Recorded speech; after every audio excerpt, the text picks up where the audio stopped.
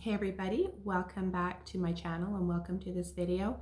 In this video, I am answering a question that I received, and the question is, how do I find peace when I feel like I have lost everything, including myself? This is a really difficult place to find yourself in. So in this video, I am going to unravel everything that is included in this one question. I am Iris Siriani. I am a self-love coach and a spiritual mentor, and I help people embrace self-love and discover who they truly are, because self-love and knowing who you truly are changes how you experience life. So let's get into this. I say that I would like to unravel this question because there is a lot going on when you do find yourself in this place. Many people are beginning to question everything that they have been raised to believe about who they are and how the world really works. So when you begin to question your life and your existence, you are beginning to awaken. And this is a very confusing time because you are beginning to unravel everything that you have ever learned, well, about everything, really.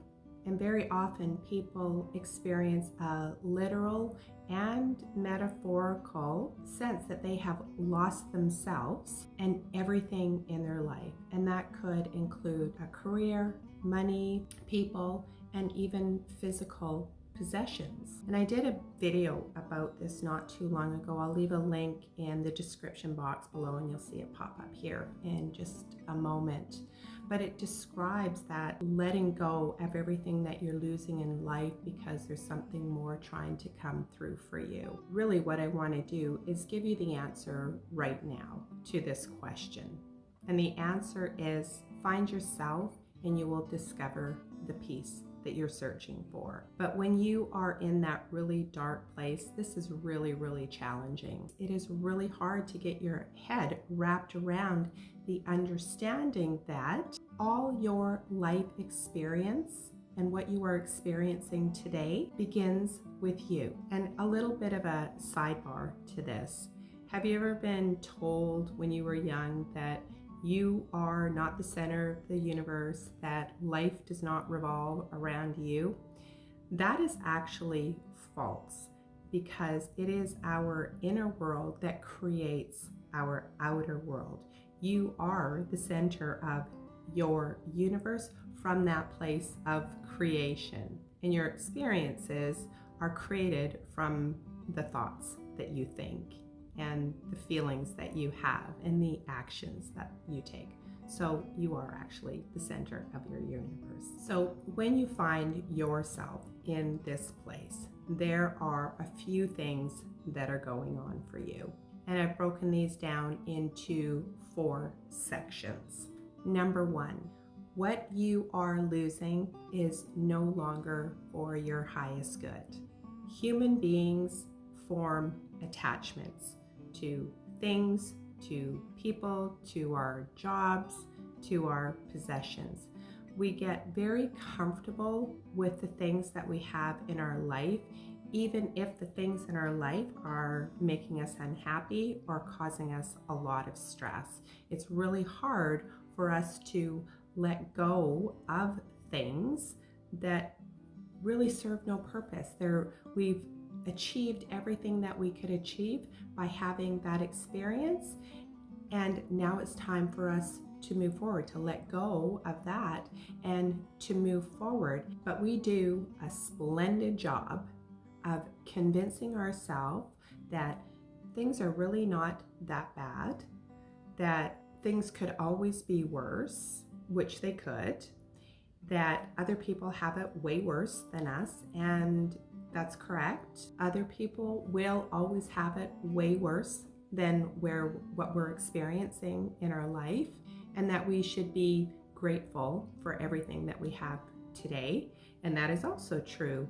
We should be grateful for everything that we have today. But that doesn't mean that we should stay stuck. But letting go is really hard because it creates disruption, and it also creates chaos because we're moving out of one way of being and interacting and experiencing our world and moving into another world that we have never been in. We've never had that experience. It's unfamiliar, and that invokes a lot of fear. And it's that fear that keeps people feeling stuck in their life. So those feelings that you are having that are causing you to question your friendships, your careers, your religious beliefs, where you live, right down to the clothes you wear, how you style your hair, the people that you hang out with, and even the food that you eat, all of that. Those feelings that are causing you to question everything is your higher self letting you know that it's time to let go and let something new come into your life. There is nothing in the entire universe that is static. Life is in constant motion, and that includes us as human beings. We need to be in constant motion. It's when we allow fear to consume us that we become stuck, and it creates a lot of unhappiness, a lot of disturbances in our own inner peace.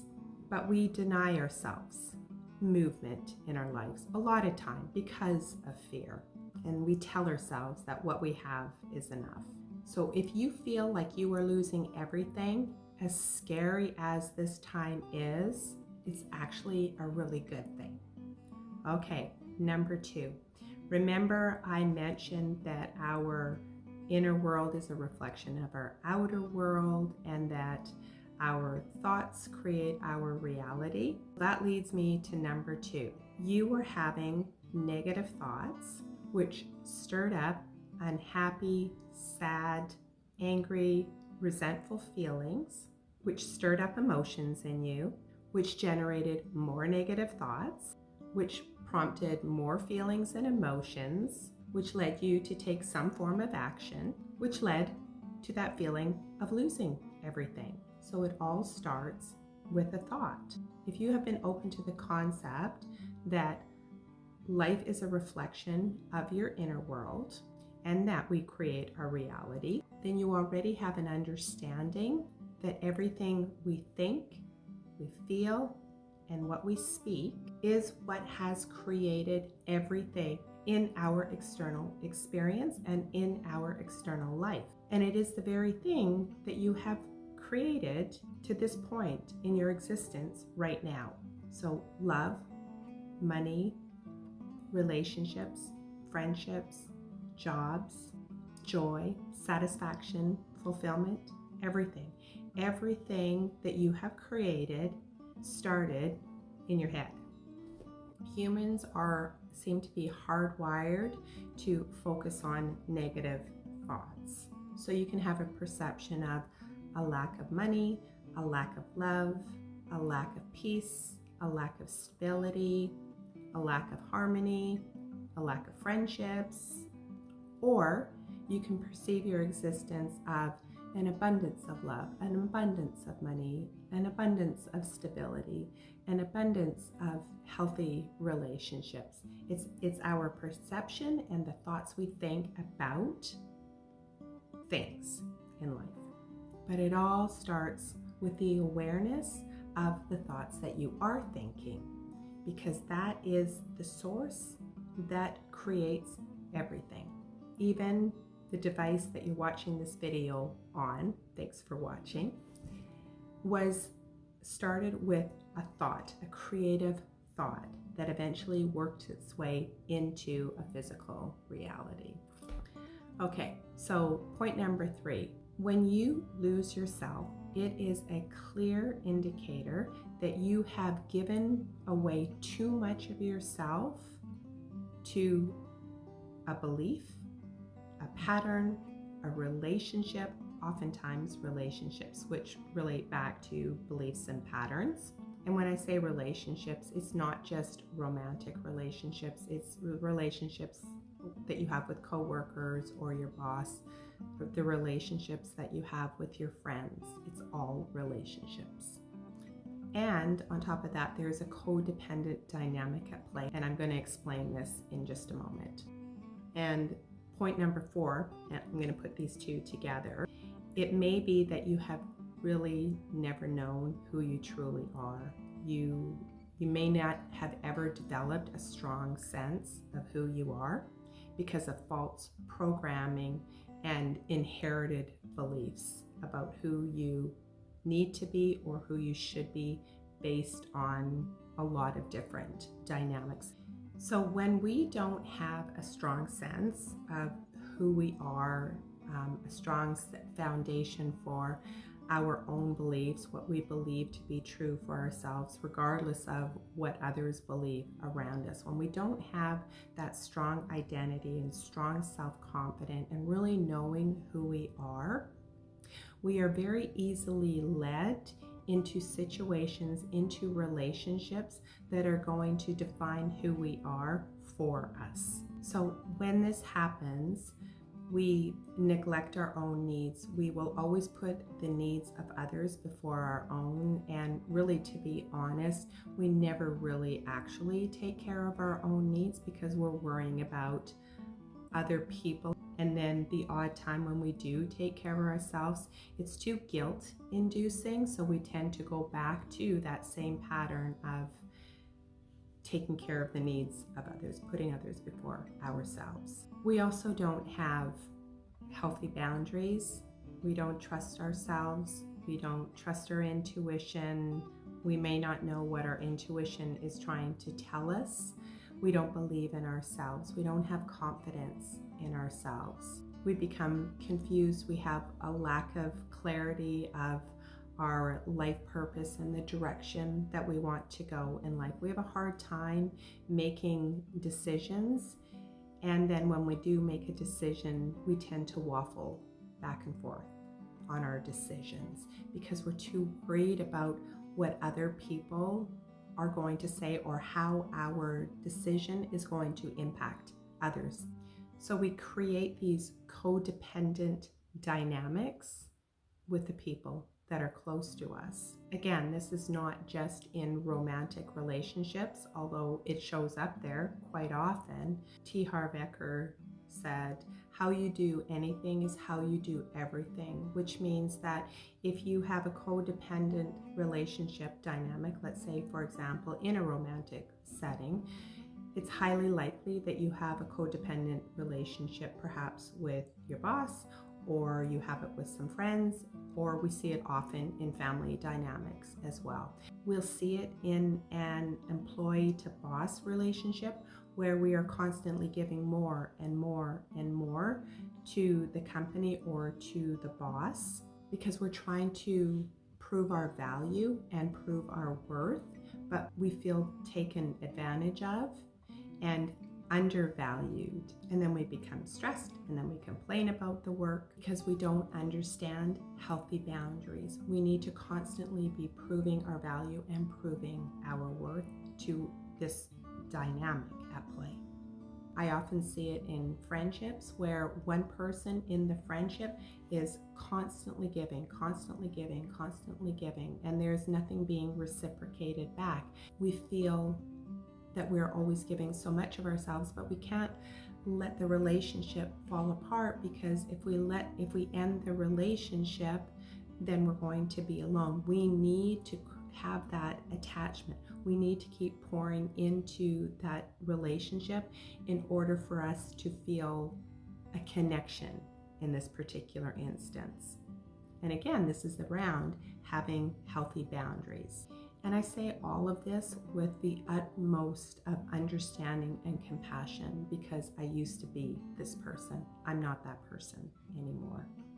So my answer to this question is simply, and yet not so simple, to focus on yourself. Learn to love yourself, heal, and discover who you truly are.